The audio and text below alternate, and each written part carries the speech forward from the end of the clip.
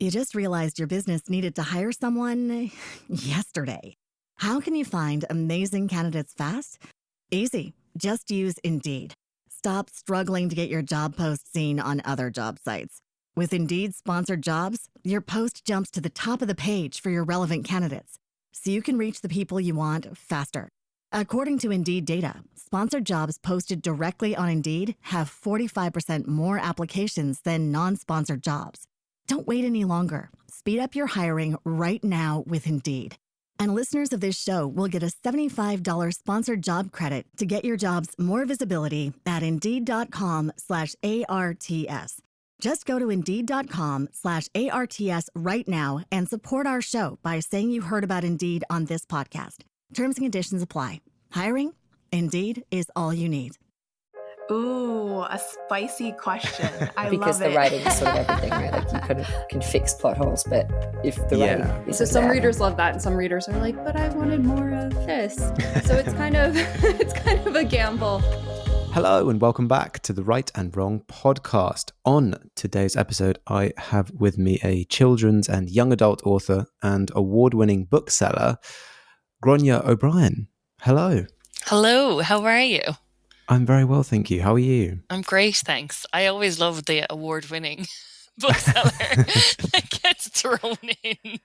That's what I'm always looking for in an introduction. I'm like, can I say award-winning? It just makes everything more exciting. Yeah, exactly. Yeah. We'll get to the book selling stuff, but I always kick this podcast off with whatever the latest kind of publication is for an author. And in your case, that was a month ago, you published your young adult novel Solo with Little Island Books. Tell us a bit about it. Yeah, so Solo is a verse novel. So it tells the story of Daisy, who is 17, 18. It's very much a coming of age novel. She's right on the cusp of figuring out who she's going to be when she finishes school and goes to college. She has been trained and training as a professional competitive recorder player. Competitive. Yeah, exactly. Which it does exist as a thing, wow, okay. you know. And she's very much into music, wants to kind of play in an orchestra and all that kind of stuff. And her boyfriend breaks up with her and she can't play the recorder anymore. And she's very much kind of stuck as she enters this last year of secondary school, as we call it in Ireland, when she's about to do her Leaving Cert, which is the main exam that we take in Ireland in order to get to college. And culturally, the Leaving Cert is quite unique, I think. We watch it like sport. Once you've done it, they report Leaving Cert, which people always find really astonishing. They report Leaving Cert results in the paper in Ireland, you know. Oh, wow. Yeah, when the results come out, there's always a photo in the papers of students getting their results and, you know, the best student, you know, with the most points and all that kind of stuff is commentated on. So the Leaving Cert is a really huge pressure-filled year for teenagers, and it's a real cultural turning point for us as well. We all know it's coming. It happens at the same time every year. We're always guaranteed 2 weeks of nice weather when the exam is on, so we're all kind of waiting for that Leaving Cert sunshine because we all have memories of sitting our Leaving Cert like sweating. So to center a book around that time was really interesting for me to go back there and to have other people react to it, because it's a novel for teenagers, but adults have really reacted to it as well, for that, the Leaving Cert being one of the main reasons. So okay. And I'm guessing that was the kind of inception point for the whole thing. You wanted to write something around that time. I wanted to write a book about a girl who was struggling, and a teenage girl who was struggling. And to me, the Leaving Cert is that time. I can't, you know, certainly for me when I was a teenager, it was the year that I struggled with the most. So yeah, it was really important. I think for the emotional truth of Daisy's story, she had to be doing her Leaving Cert, and to have that exam looming over her. was a really big deal for me. Yeah. I mean, I Yeah. can imagine, yeah. The way I had no idea that that's how they posted the results. That's Yeah, like when we were terrifying. younger, when I did my leaving cert, now it's all online, but when I did my leaving Right. cert, they used to literally print the points, like each individual course. I'm not sure if they might still do it, but like, so you get your exam results on a Wednesday, right? And then the college results places don't get released till the Monday, the college offers. So you have these like 2 or 3 days where you don't know whether or not you got into college. It's probably changed now. But what they used to do was they would print the points from all the courses from the year before in the paper the day the leaving cert results came out. So you'd go through the paper and try to guess whether or not you have made your course based on the points from the last year. Oh, wow. But the points change based on demand. So you Okay, could, right. you could go in or out 5 or 10 points. So you'd spend the whole weekend trying to wait, and then on the Monday, then the offers would arrive, or not, as the case may be. I guess. Wow, what a scary time for Yeah, a teenager. those 3 days. Like for me, everyone talks about results day, but for me, it's the 3-day wait. It was the 3-day wait. Trying to find out whether or not you got in. I think that's the real crunch point. Yeah, because unless you've absolutely smashed it out the park and you're like, yeah, well, obviously I'm getting my offer, then you're in the kind of limbo of being like, oh, how did everyone else do? And how does that skew 100%, exactly. Like what was the demand for the course, Yeah, wow. Yeah. Okay. Yeah. That's cool. And that sounds like a really interesting, like you said, I'm sure that creates a really interesting setting almost and kind of tension within a novel to talk about and discuss. Yeah, and it's so little work as a writer. You just have to say she's in her leaving cert year, and immediately the Irish reader clenches. Yes. Yeah. You don't need to say anything more than that. oh, we know the stakes are high here. Yeah. Yeah. And I can tell you, as someone who wasn't familiar with what that was, if I read that, I'd be like, what on earth is this insane ceremony that they do? It's like the Hunger Games out there. Yeah, I mean, because they do have like A-levels and SATs and all those kind of things, but there's just something about the leaving cert. I don't know what it is. Maybe it's just because Ireland is so small. There's something just so culturally significant about it that we've just adopted it as a kind of a thing that we all watch. It's just how it is. Yeah. Okay. Yeah. Everyone goes through it. It's exactly. Character building. Yeah, exactly. Well, yeah. That's the word for it. I had a couple more questions about the book. How do you make playing the recorder competitive? So in Ireland, there are things called FLAs, which are like music competitions where musicians will play and compete for like medals. So I suppose it's not really a sport, but we do kind of get together, and I suppose you can make anything competitive, right? Like I sing in a choir, we've managed to make that competitive.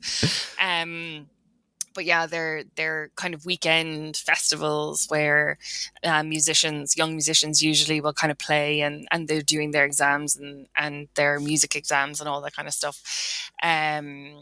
So I had Daisy going to FLAs and playing and kind of, winning all the medals and getting all the praise, I suppose. It's really more about her being admired for what she's doing with an instrument that's actually viewed as quite mundane, Yeah, okay. Yeah. And the other thing I wanted to ask was, you mentioned it as we came in, but then didn't really go into too much, but this is a verse novel. So it's written more like poetry than prose. Yeah, so it's a verse novel. It was very much, I never set out to write a verse novel. I wouldn't have had a lot of background in poetry, but it was really the music that took over. And I was kind of halfway through the idea when it became obvious that it was going to need to be a verse novel, because Daisy is so... music is such the foundation of who she is as a person. To write her story and not have the music be beating all the way through the book just wasn't going to work. And verse was kind of the medium, the vehicle for which I chose how to do that. But the music and musical terms and the idea of like a 2/4 beat in a bar, all of that kind of stuff is what informed it more than, say, poetry and poetry structures. Right. Okay. So it's verse, but it's kind of musical verse as opposed to poetic verse. Okay. Yeah, It sounds I like, suppose. Yeah. does that add a lot more kind of complication to writing a novel when you're adding that kind of additional structure on top of the sort of normal structure you would expect from a story? In a lot of ways, it actually made it a little bit easier for me because music has rules. Right. And if you're going to write something with a musical, like for example, all the poems in Solo are named after like musical instructions that conductors will do. So on a piece of music, you'll see like crescendo, diminuendo, allegro, and the musician knows what is going to happen in that piece or how they're supposed to play it. And there are all of these different ones that if you are a musician, you'll know, Italian, French, German, kind of the great Russian, the composers of their day would have obviously used their own word. So by kind of anchoring in that, I was able to say, okay, like crescendo, a poem where she is getting louder or she's angry, like the crescendo, calling it crescendo kind of led to that. Right. So for me, because I don't have a poetic background, but I do have a musical background, it actually made it a lot easier for me to set the rhythm and the structure in music. I'm working on a new book now and it's verse again and it's more poetry based and I'm finding it a lot harder. And I don't want to repeat the same thing. So I have to, I keep trying to make it a little bit more musical and then have to remind myself I've done that already. Okay. Right. Okay. Yeah, well, I was going to ask, are you going to keep writing novels in the style of verse or are you going to go back to prose? I think that with verse, the book kind of has to earn, like, because there are a lot of books that could be verse, but could also be prose. Right. And I think that the book has to kind of earn the verse. So the next book that I'm working on is kind of a split between prose and verse at the moment. Like it could change, but I think that as long as it serves the story, I probably will. But I also, I like to write prose as well. Like I was working on an adult novel when I got the idea for Solo and I kind of put it aside. I really want to go back to it at some stage. So I think I'll just, I'm open to whatever form the book needs to be. That sounds so like whatever form the book tells me it needs to be. But that is kind of the way I am about it. Like I don't want to ever get stuck in one idea. So you're really kind of writing across a lot of different styles, a lot of different genres, age groups, because this is actually your second publication. The first thing you published was a limerick fairy tale, an illustrated children's book. Yes. Yeah. So that was a picture book. It was published by O'Brien Press, which is another children's publisher that's based here in Ireland. And Limerick is the city that I live in. And they have done these series of different counties in Ireland. And Limerick Fairy Tale was a lot of fun. It was a retelling of Cinderella. And the idea was to kind of show Limerick in a really positive light and parts of the county that you wouldn't normally see depicted in fiction, because it's very much like the city is the center, but there's amazing parts of the county. And it was just a fun project. I wrote it during one of the lockdowns during COVID, and it was just fun and joy. And it was published and illustrated beautifully by Lena Stoawi, who did the illustrations. And it's a big hit. People of Limerick love it. Yes, Limerella's gone all over the world. It's been amazing because it came out, when it came out, I was meeting a lot of grandparents who were sending it to grandchildren they'd never met all over the world because of COVID, who had never seen Limerick, had never been able to travel. So, I've signed books. I've signed Limerick Fairy Tales for Malaysia, New Zealand, Australia, Taiwan, Hong Kong, just all these mad different places in the world for grandparents who really wanted their grandchildren to see Limerick and know what it was like because they hadn't had a chance to visit yet. Oh, that's nice. Yeah. And O'Brien Press, no relation, I'm guessing. No, not at all. No It's relation. just a very common name. Just coincidence. So writing across all these different things, do you identify as an author of any specific age group or genre, or do you just write whatever kind of story comes to you, whether that's children's all the way up to adult? I just kind of write whatever comes to me. I'm incredibly lucky that my agent represents adult and children's. So the conversation is always there. What do you want to work on next? What will we focus on next? What story is kind of captivating me the most at any one time. I guess because of my book selling background, it's so easy to fall into different ways that the market defines a book and an age range and whatever. And that is just unfortunately something we have to do in order to sell books. So for me, it's just like write the best story that I can and then look at it with, my agent Sally Ann or whoever and just say like, what market is this book for? And then maybe adjust it based on that. Like a book about a teenage girl doing her leaving cert is a book for teenagers, Right. By its market. A picture book, it just is what it is. But the story, I think sometimes if you get too stuck on like, I'm writing a book for children or I'm writing a book for 9 to 12 or I'm writing a book for YA or whatever, it can feel really stifling. Whereas if you just write the book, the first draft, and then go back to it and say, okay, this is something I think I want to publish. So what market does it fit into? And then kind of see what, if it's going to be a YA book, what points does it need to hit? Or if it's 9 to 12, what content is appropriate and isn't? Yes. Or if it's adult, if it's fantasy, if it's whatever. There are rules to all of these genres that we unfortunately have to follow. So. Yes. Yeah. So that it can be put in the right place so that the right person can see it to know that it exists to buy it. Yeah, exactly. Yeah. That makes sense. Yeah. And speaking of being a bookseller, you're an award-winning bookseller at Kenny's Bookshop in Limerick. Kenny's is in Galway, so I live in Limerick. Kenny's in Galway. Galway. That's very. But you important. live in Limerick, right? They're in Galway. Okay. That's part of their identity. Kenny's Bookshop in Galway. Yes. Yes. Just to confirm for everyone listening.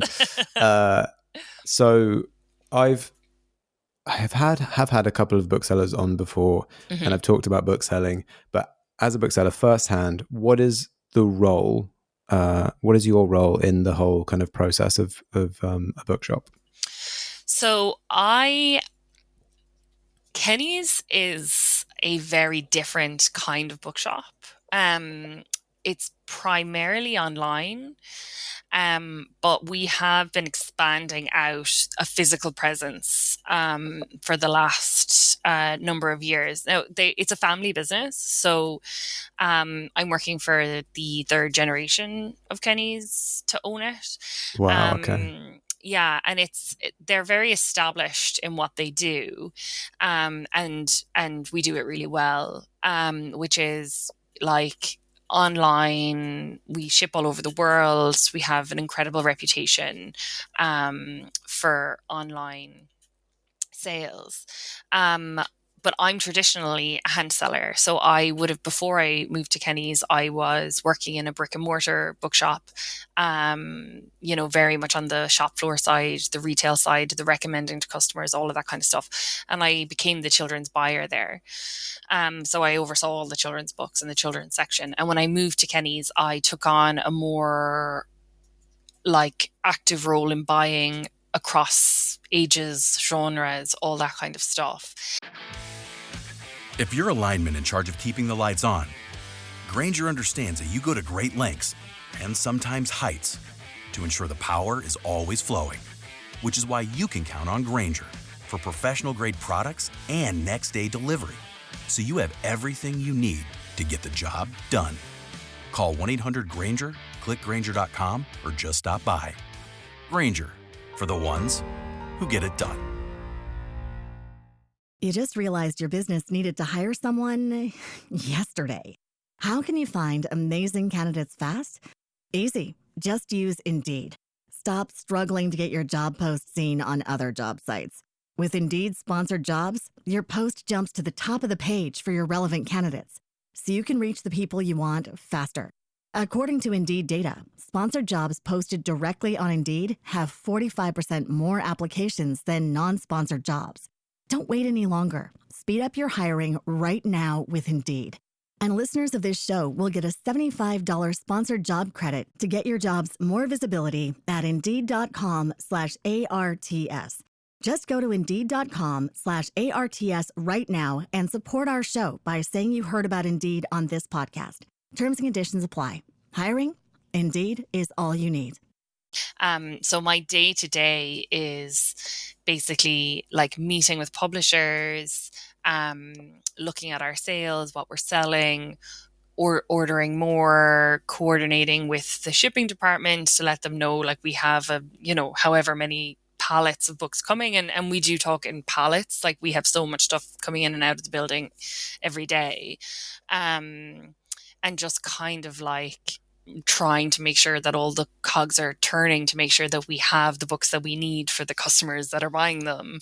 And then we have like our retail customers and our online customers, who are buying two very different types of stuff. So, and then trying to be on top of, the book that's taking off that day for whatever reason, good or bad,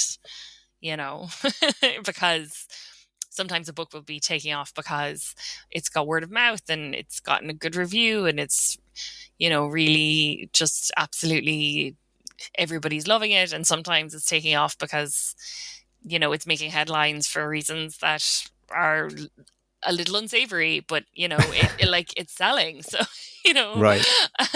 I mean, don't leave in the podcast that I'm talking about the salt path, but it was certainly, and we just, it's those kinds of things that you're just kind of like, is this going to last? Is this something that's taking off for a reason? Is it like, why are people reacting to this? Why are people ordering it? Why are people buying it? I mean, the big one for us at the moment is that book, The Let Them Theory, which is just selling over and over and over again, in a way that I haven't seen a book like that kind of continuously sell. Like you kind of see books like that take off for a month or two, but it's just continues to sell, so it's like constantly just making sure I have enough of that, and the balance between having too much and not enough, and it's like gambling. and obviously making sure you've stocked enough classics whilst also checking out what the new thing is. Absolutely. And like we're very like Kenny's, we want to have the best range, so everything is having the latest Richard Osman, but also having, the Virgin Suicides and Clockwork Orange and, anything that anyone wants to have. And also, having as diverse sections as possible, so that if someone comes in and they're really into craft, well, guess what? I've got 30 different books on all the different crochet that you can do, and kind of just work like Kenny's will try anything, we've just expanded out. Our manga section is really big now, and all that kind of stuff, and just making sure that every customer that comes in the door can kind of find something that they want. Do you have, and I've seen this in a lot of bookshops recently, do you have the TikTok made me buy it section? We do not. Okay. We embrace TikTok. But that, for the type of business that we are, that is actually incredibly hard to manage, because so much of our stuff is online, and our orders are online. We have to have a system where if you go to the bookshelf, the book has to be there. So if you start to break out all those other sections, it's not going to be where it's supposed to be, and it's going to be over here. Book Talk is just an animal on its own, and again, very unpredictable, and that thing of like watching a book and watching it take off. Like I used to say in my old job, if you're at the customer service desk and a woman in her early 20s comes up and asks for a book, and that book is 5 years old, and 20 minutes later, a woman of the same age comes up looking for the same book, order 15, because that book is taking off on either Instagram or TikTok and will be out of print or out of stock with the supplier in a week. You know? Okay. Yeah. Or also That's ask them, why are you looking for this book? And inevitably 9 times out of 10, they'll be like, oh, I saw it on Instagram or I saw it on TikTok. It happened with Colleen Hoover, I think. Yes. I remember when Colleen Hoover first started, we couldn't get them anywhere. They all went into reprint within about a week. Yeah, yeah. And now all of her books are like, they're everywhere. Like everywhere. All getting made into films. Yeah. And the other thing about TikTok, which I imagine must be a bit of a logistical nightmare if you are a bookseller or a bookshop trying to kind of stay on top of, if you did run a book talk section, is that it's so fast. It's moving so quickly all the time. Exactly. And what's popular that week is not going to be popular the week before.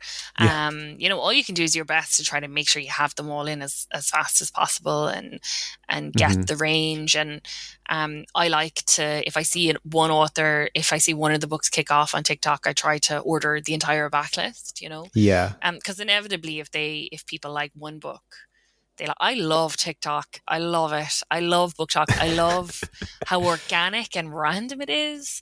And I love how passionate the readers are about the books. And I just love it. I love watching people try to scramble around, me included, figuring out like what's going to be the next big thing and like having no idea what it's going to be. I just love it. Yeah. It's great. It's added a level of unpredictability into book selling that we... Absolutely, yeah. I'm sure some of the big publishers aren't that pleased about it, but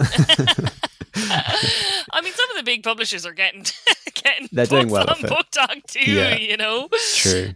But it is harder, I think, than that kind of influencer thing. All it takes is one person with a very small following to put up a really impassioned review or a really gorgeous book, or a really gorgeous edition they've gotten, and for some reason it just turns up on other people's algorithms and it takes off. And it's great. And then for some reason it can't be replicated. Like you can't just do the same thing. It doesn't pick up in the same way. No, it is a mystery, that algorithm. Yeah. It is. They're quite, I would say about BookTok though at the moment, quite genre specific. It can be, yes. Yeah. It's very much into romance and fantasy. Fantasy and romance, and I would say it's certainly kind of geared that way at the moment. There was a time when it was more kind of like people were rediscovering the Brontes and Dostoevsky and kind of all of that kind of stuff, but it does seem to be going back now into the kind of romancy stuff. But yeah, we'll see where it goes. I do think it's very reflective of what's going on in the world at the time as well. I think people just want something light. Yeah, at the moment, that's true. I think readers are looking for a bit of just a bit of escapism and just not to work too hard. I certainly am. Yeah. Me too. So to conclude on book selling, for anyone listening who might be interested in following that as a career path, where would you recommend that they start? I mean, I really genuinely, I started just covering tills for Christmas. I suppose if you're considering it, like, get into a bookshop and work as hard as you can and accept that you don't sit around and read all day. Unfortunately, that is a romantic idea, but it doesn't happen. But you really have to love books and you have to love people to be really good at it. And you have to be able to sell something. One of the best skills for booksellers is being able to sell a book you haven't read, because you can't read them all. But if you are across what is popular and what people are experiencing, you can diagnose the book that they need and help them find it, So, and also the best question to ask a person who asks you for a recommendation is, what mood are you in? Because you could spend 20 minutes talking to them about, Prophet Song. But if they're not in the mood for a chunky Booker winner, they're actually in the mood for,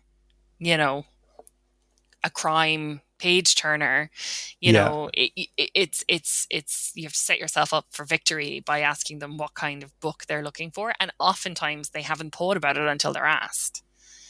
Okay. Yeah. What kind of answers do you get when you ask people what mood they're in? It'll be like, a lot at the moment is like, I just need something light. Or it'll be, I want something funny but not slapstick. I want something short. I want something, kind of, and sometimes people will be like, oh, I want something really dystopian, or, and more power to them, so, Yeah. and then I have answers for all of those questions. Yes, you must have to maintain a broad knowledge across all genres, from like psychological thriller to like cozy fantasy. Yeah, I mean, you absolutely need to know what's out. Yeah. You don't necessarily need to have read them all, but you definitely need to know what's out, what's coming, what's generating hype. I have a really good relationship with all of the publishers and the reps, and I trust them implicitly. So when they tell me something is going to be big, I do believe them, a lot of the time, because we've just worked together for so long now that, if someone tells me, I really think that you should back this, I sit up and pay attention. Yeah, and then there are books like, that you're going to sell loads of, the rest don't even have to try. Sure, like the next Richard Osman or the next Fourth Wing book or whatever. Dan Brown has a book coming out, or, whatever. Yeah. Aren't they coming out on the same day or the same week? Yeah, so that would be, I think it's Super Thursday. So there's a day where, in the run up to Christmas, where publishers will drop all of their big titles on the same day. It's madness. Yeah, it is. How does this industry work? Yeah, it's mad. It's exciting day though. I think. Super Thursday is called. I think they're coming out on Super Thursday.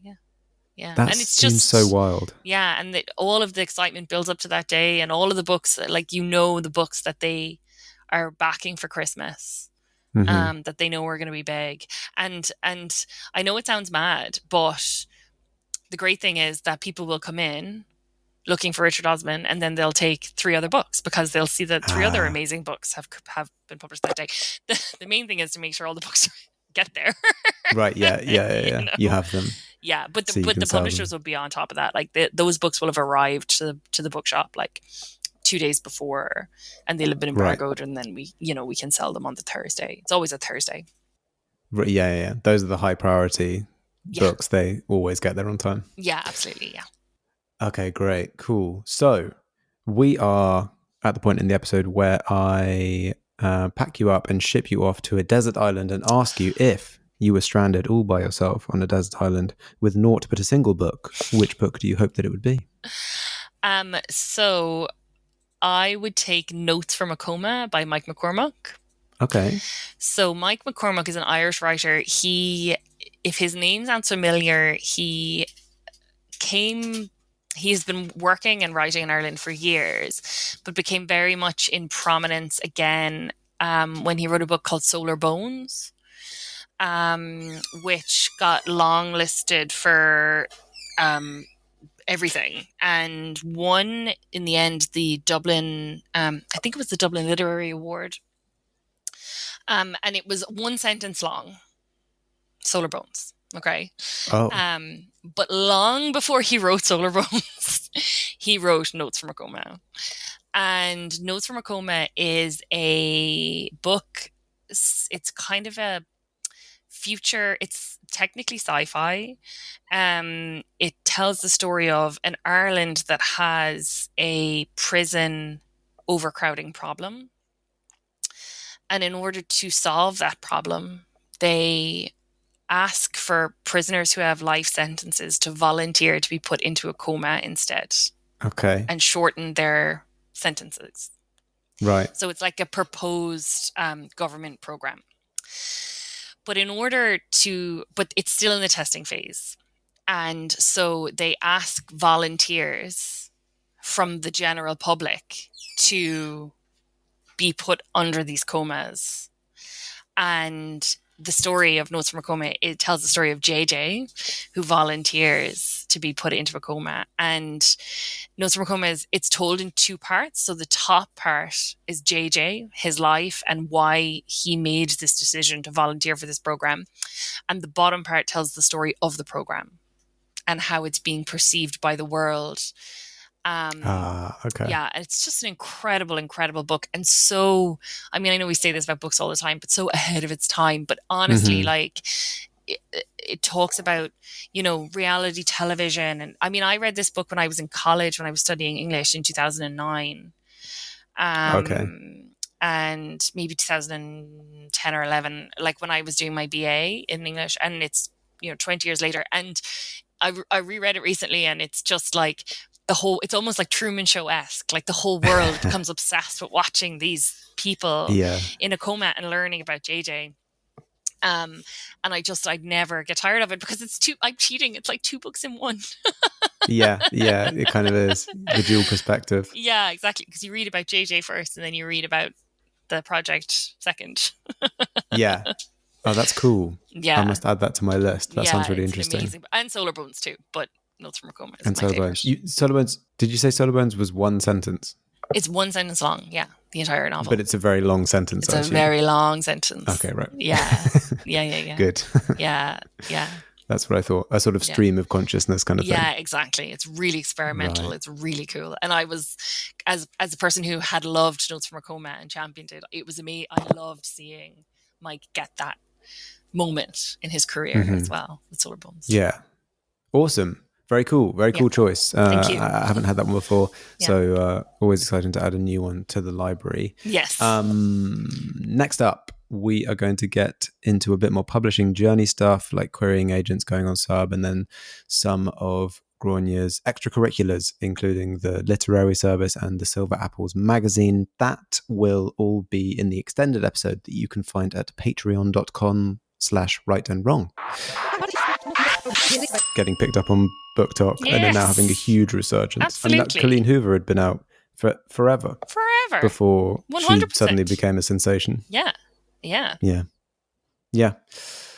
Awesome. That brings us to the end of the episode. So lovely. Thank you so much, Gráinne, for coming on and chatting with me, telling me all about your kind of work within publishing as well as your writing and all that fun stuff. It's been really great chatting with you. Thank you. It's been a delight. And for anyone listening, Gráinne's YA novel Solo is out now in all the usual places. You can go and get it. And if you want to keep up with what she's doing, you can find her on Instagram at GraWritesAndRon2. To support this podcast, like, follow, and subscribe. Join the Patreon for ad-free extended episodes and check out my other podcast, The Chosen Ones and Other Tropes. Thanks again, Gráinne, and thanks to everyone listening. We'll catch you on the next episode. Shout out time. One of my amazing patrons, Lee Foxton, is querying their debut novel. It's a family drama, commercial fiction along the lines of Jojo Moyes and David Nichols. Fingers crossed, I am rooting for you. Good luck. If you're a lineman in charge of keeping the lights on, Grainger understands that you go to great lengths and sometimes heights to ensure the power is always flowing, which is why you can count on Grainger for professional-grade products and next-day delivery. So you have everything you need to get the job done. Call 1-800-GRAINGER, click Grainger.com, or just stop by. Grainger, for the ones who get it done.